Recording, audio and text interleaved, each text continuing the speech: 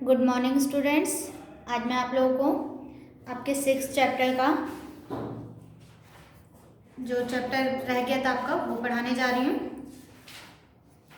Page number 49 का last paragraph. इससे पहले मैंने आप लोगों को ये पढ़ाया था कि जो सिद्धार्थ हैं गौतम बुद्ध, जब उनका जन्म होता है तो उनके 1 माह बाद ही उनकी माता का देहांत हो जाता है।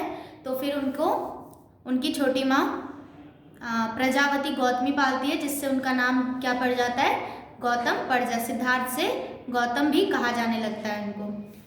उसके आगे हम पढ़ेंगे।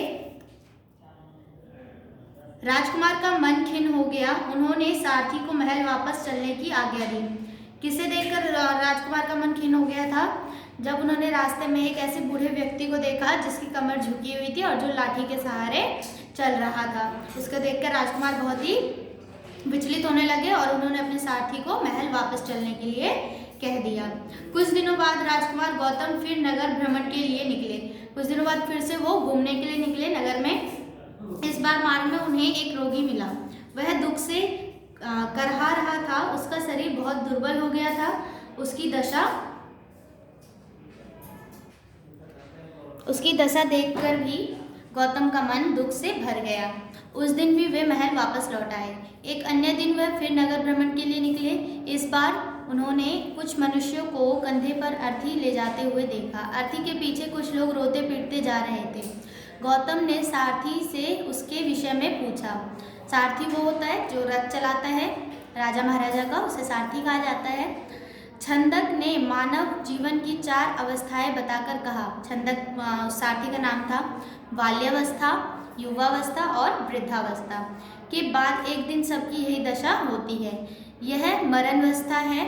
संसार के सभी सुख छोड़कर सबको एक दिन यहाँ से विदा होना ही पड़ता है। जन्म लेने के बाद वाले की मृत्यु निश्चित है। जो जन्म लेता है उसकी मृत्यु निश्चित है। यह सुनकर राजकुमार गौतम उदास हो गए और महल वापस लौट आए। अब तो रात दिन गौतम सोच में डूबे रहते थे कि संसार में शांति कैसे हो सकती है, कष्टों से छुटकारा कैसे मिल सकता है। एक दिन गौतम ने एक सन्यासी को देखा। उसके मुख पर एक विचित्र तेज था। वह संसार, तेज मतलब चमक थी, वह संसार के माया मोह से मुक्त हो चुका था। गौतम ने भी उसी समय संसार को त्यागने का निश्चय कर लिया। कुछ समय बाद यशोधरा ने एक पुत्र को जन्म दिया। उसका नाम राहुल रखा। एक रात को गौतम के मन में विचार आया कि राहुल एक ऐसी जंजीर है जो उन्हें संसार के बंधनों से बांधे हुए है। उन्होंने, यशोधरा कौन थी?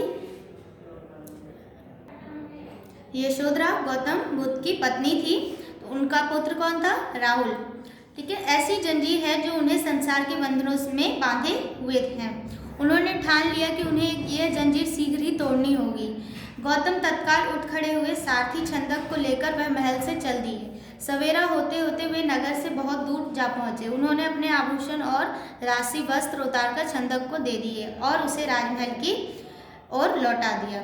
गौतम स्वयं शांति की खोज में वन की ओर चल दिए। कई वर्षों की घोर तपस्या के पश्चात गौतम को गया, यानी बिहार गया है जो है वो बिहार में स्थित है, वे बोधि वृक्ष के नीचे केवल ज्ञान प्राप्त हुआ। तत्पश्चात वे महात्मा बुद्ध के नाम से प्रसिद्ध हो गए। उन्होंने बहुत घोर तपस्या की जिससे वो संसार के माया मोह से मुक्त हो जाए। तो यही है गौतम बुद्ध की कहानी, एक चरित्र चित्रण है उनका।